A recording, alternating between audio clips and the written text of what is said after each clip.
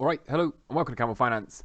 I'm your boy Camel, and today we're going to be doing a little bit of a deep dive into the GBP, the pound situation. The pound is getting destroyed at the moment, so I'm going to try to shed some light on what's going on, what we can expect in the coming weeks, months, and possibly year, although it's impossible to look out any more than 6 months these days, isn't it? Like the financial world, the financial conditions, the economic conditions are also incredibly uncertain.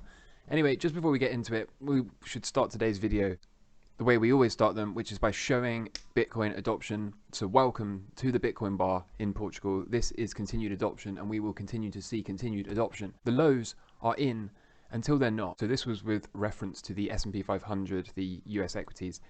They do look like they're going to break, I'll give you that, but they haven't broken yet. I even decided to place a short-term trade just because the risk is so small here.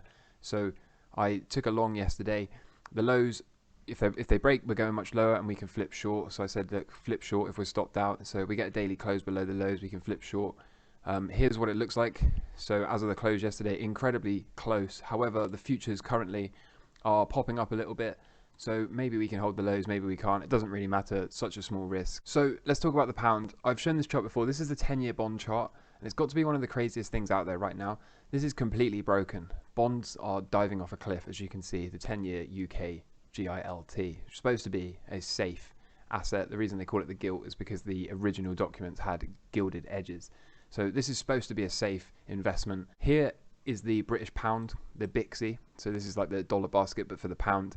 You can see again, diving off a cliff to new lows. Here is the British pound against the dollar. Again, diving off a cliff to brand new lows. This is not a good look for the pound. And it's likely that the pound is going to remain under pressure from the dollar for some time. Okay, so again, not good. If you go in the news, you'll get a whole bunch of BS excuses, blaming it on politicians, all of this sorts of things. But this is exactly what fiat currencies are designed to do. They are, by design, they're not backed by anything. They start off backed by something. The pound sterling was originally backed by a pound, which is 16 ounces of silver, of sterling silver. That's where the pound sterling comes from. It was originally backed by silver, a whole pound's worth of it in weight. That's quite a lot. These days, backed by absolutely nothing. And of course, what we do know for certain with all fiat currencies is they are by design destined for depreciation to absolute zero. The pound sterling is actually one of the most successful fiat currencies of all time. I think it is the most successful fiat currency of all time, but it's still managed to lose 99.9% of its value since its inception. So understand this, there's no top for Bitcoin because there are no bottom for fiats. Let's keep going. One definition of an emerging market country is a country where the currency weakness and the bond market go hand in hand. This is the opposite to what we're seeing in the US, where higher yields are actually supporting the dollar. So the more they hike rates, the stronger the dollar gets. This is not true in the UK. The bond weakness, a hike in rates and the bonds are falling off a cliff, and so is the pound. The pound is also falling off a cliff. In the UK today, the 5-year rates are up 50 basis points in a day, and the GBP is collapsing. So draw your own conclusions. The only conclusion you can really draw from this is that we are behaving like an emerging market. This is the 6th largest economy on the planet, remember, is behaving like an emerging market. Things are starting to break. So let's elaborate on what's actually going on with the pound for a bit. First of all, many currencies were soft against the dollar last week, but the pound was the worst amongst all of them. So you can see that here. Okay. The second thing to point out is this move is truly historical relative to the move up in the UK interest rates. So this is a scatter plot. And you can see here, this is the 1-week change in the pound against the dollar in percent. And this is the 1-week change in the UK 5-year yield. So you can see that normally there's obviously going to be some fluctuations as they move the rates about. You're going to get fluctuations in the pound against the dollar. But you can see that as of last week, shown by this orange dot here, they hiked 100 basis points and the currency fell 5% against the dollar. This is absolutely historical. You can see just how far away from the norm we are at the moment. Things are starting to break, and it seems to be that it's FX, the foreign exchange markets, the fiat currencies that are breaking. So this speaks a lot to this chart. Like I said, we are behaving much more like an emerging market than we are an established, dominant economy. So the UK is in a challenging economic situation, and it's borderline an economic crisis. The interest rate hikes are likely to only make things worse and send us deeper into a recession, as well as indebt the government even further, which ultimately leads to the pound weakening. The Prime Minister and the MPs are talking about tax cuts at the moment, but this is absolutely doolally. They cannot cut tax because they already can't afford to service their debt. By cutting tax, this is akin to if you could not pay your mortgage and you had additional debt that you could barely meet the interest requirements on, and your debt was snowballing over time. This would be the equivalent to you saying, I'm going to take a pay cut at work. I mean, this just doesn't make any sense. They cannot afford to cut tax and kill their revenue. They cannot afford to do this. So what can they do? Well, traditionally, there's something called currency intervention. What this means is all nations, all countries, they keep reserves of other fiat currencies. They keep FX reserves, foreign exchange reserves. So one thing they could do is they could sell the US dollar. They could sell supply of dollar and they could buy the pound in the FX markets to try to stabilize the pounds. If you're not following me, just stick with me a second. This is the pound against the dollar, okay? So as this chart goes down, the pound is getting weaker against the dollar, and as this chart goes up, the pound is strengthening against the dollar. If the UK comes out and buys the pound here, it will put upward pressure and therefore stabilize and defend their currency. And similarly, if they sell the dollar, this will put selling pressure on the dollar, which will force the pound up. So they can do both of these at the same time to try to get the pound back in this neighborhood and stabilize and defend their currency in the short term. So this is called defending the currency. They could try to sell their dollar reserves and buy more pounds in the FX markets. So Japan have done this before. They did this in 2011, and they may well be about to do this again. When they did it in 2011, it cost them around 170 billion US dollars. But today, the FX markets, the foreign exchange markets, are a lot more liquid. So that means it takes an awful lot more currency to move them. Okay, if you've got an illiquid asset, then you can just dump some money into it and shove the price around a lot. But they are incredibly liquid these days. There's an awful lot of money frothing around in the system. So all countries keep their FX reserves, but just how much? How much do each country have? Well, China has 3.06 trillion, Japan 1.17 trillion, Switzerland just under $1 trillion, Korea $500 billion, and Mexico at $200 billion. How much does the UK have? 108 billion. $108 billion worth of FX. They just simply have not prioritized building FX reserves. This does not include gold, by the way, but gold isn't really liquid enough to deploy into the FX market, so they can't really use their gold reserves. Not that they have a great deal of gold anyway. This simply just wasn't a priority for the UK, and now we're in this very tricky situation because the UK does not have any firepower. Even if they tried to use their 108 billion in FX reserves, it would likely be very short-lived. Could they create a pump on this chart by buying dollars and could they create a pump on this chart by buying pounds and selling dollars? Yes, they could. But what will likely happen is we'll get this move up, and then they will run out quite quickly. They'll run out very quickly of their small 108 or relatively small $108 billion in FX reserves, and traders will spot this. People that understand this will spot and be lining this up with a trend line like this, and then what you will see, like this, and what you will see is the pound stall out and break down. This will likely lead to massive shorts piling in, and the pound will only end up falling off a cliff and likely end up in a much worse situation than it's already in. So they can't really even try to defend the pound.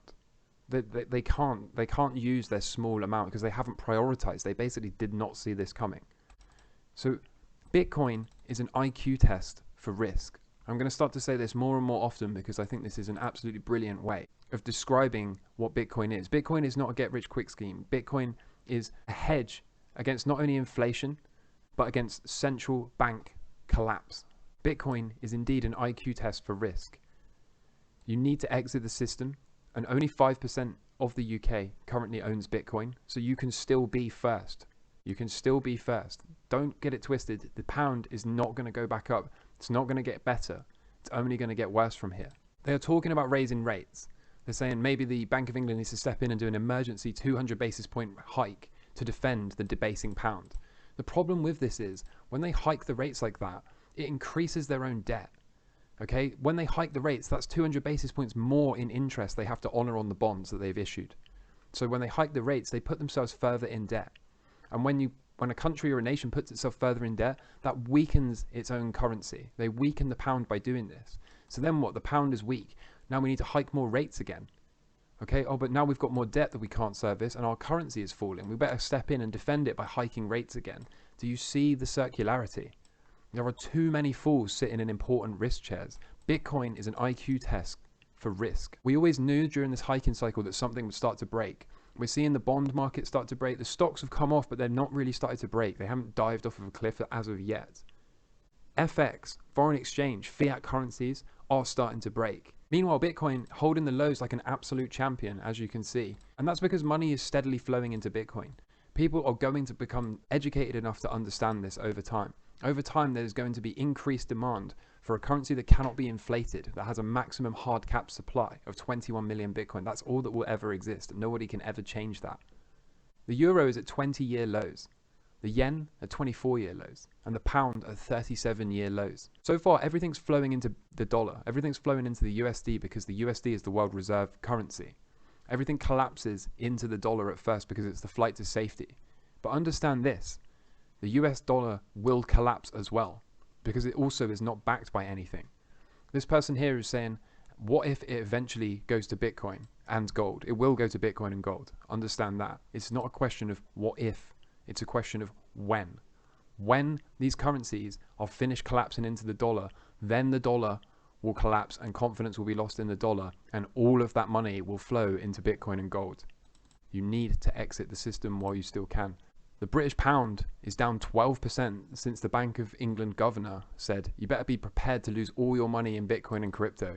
They of course do not want you to own this stuff. They do not want you to be able to escape the system. They would much rather you lose double digits of your purchasing power every single year to inflation. Meanwhile, Bitcoin is dipping less every single cycle. You can see here, these lows, this is the percentage of drawdown from its prior all-time high. And you can see that each one of these lows is becoming higher lows. Each time we make a bear market low, it is above the prior one. Over in America, they're telling us that inflation has peaked or is very near to peaking. We know that there's record amounts of people to the short side in the equities markets in the US at the moment. We know that put options are at absolute record levels. We know that there's enormous cash that the hedge funds are holding on the sidelines, waiting to be deployed. I think if we could get a shock low CPI print, we could actually see a massive risk on rally. And this would be powered by a short squeeze, or the shorts are all forced to cover. One thing we do know is whether we get a pivot or not, they're going to have to stop printing whilst inflation is ripping. If they can't get inflation under control and things continue to break like they are, there's only one way out of this. They can't let it all collapse to zero. I mean, maybe that's what they want to do. I just don't think they're there yet. And so the only option is they're going to have to start printing. They're going to have to start printing to prop this whole thing back up and buy them enough time so that they can finish their CBDCs. You can see here for some context just how quick the Fed rate hiking cycle is. This is 2022 here. They have hiked to 3% in double time, triple time relative to historic norms. This is 25 odd months to get to 3% back here versus 5 today. I think we're getting close. We're seeing the FX break. The dollar, I don't want to call a top on the dollar because this is such a powerful uptrend and it's fueled by something really historic. It's fueled by the collapse of other fiat currencies, isn't it? What we're seeing is the commitment of traders showing that the smart money is reducing its long exposure to the dollar. So is this the final distribution before a blow off top? Is this what we're going to see? We've had the accumulation, a huge move up. Are we going to see distribution and a rollover? And you can see here from the COT, the commitment of traders. The smart money is offloading. They're walking away. They've made their money and now they're leaving. At the same time, Bob Lucas, the king of cycle traders, is saying that we could be expecting a top in the dollar to form right around the November timeframe. This would also be a top in the monthly 3-year cycle, which would then lead to at least a year of decline for the dollar. I would speculate that we will likely, once this thing finally tops, we will likely see it decline for a lot more than a year. Meanwhile, Bitcoin is quietly getting better, isn't it? You can see here what we did in 2019. We put in this big sort of falling wedge with a false breakout whilst the money flow accumulation was increasing. And that is exactly what we have today. A falling wedge with a false breakout and the money flow accumulation starting to increase. So I think a little bit more net sideways into that November timeframe, that November 11th, where I've been calling for the entire time. I think that's where we will trade sideways before we get this breakout, and then it will be showtime. Bitcoin will do Bitcoin things. Bitcoin is an IQ test for risk, and Bitcoin is the exit. If you found value here today, I'd appreciate it if you could drop a like on the video, subscribe if you're not already, follow me for more content like this. I'll be doing a technical analysis deep dive trade update tomorrow. So make sure you come back and check that out if you're interested to see how I'm trading these markets at the moment. And in the meantime, all the best from me. Take care. Cheers. Bye.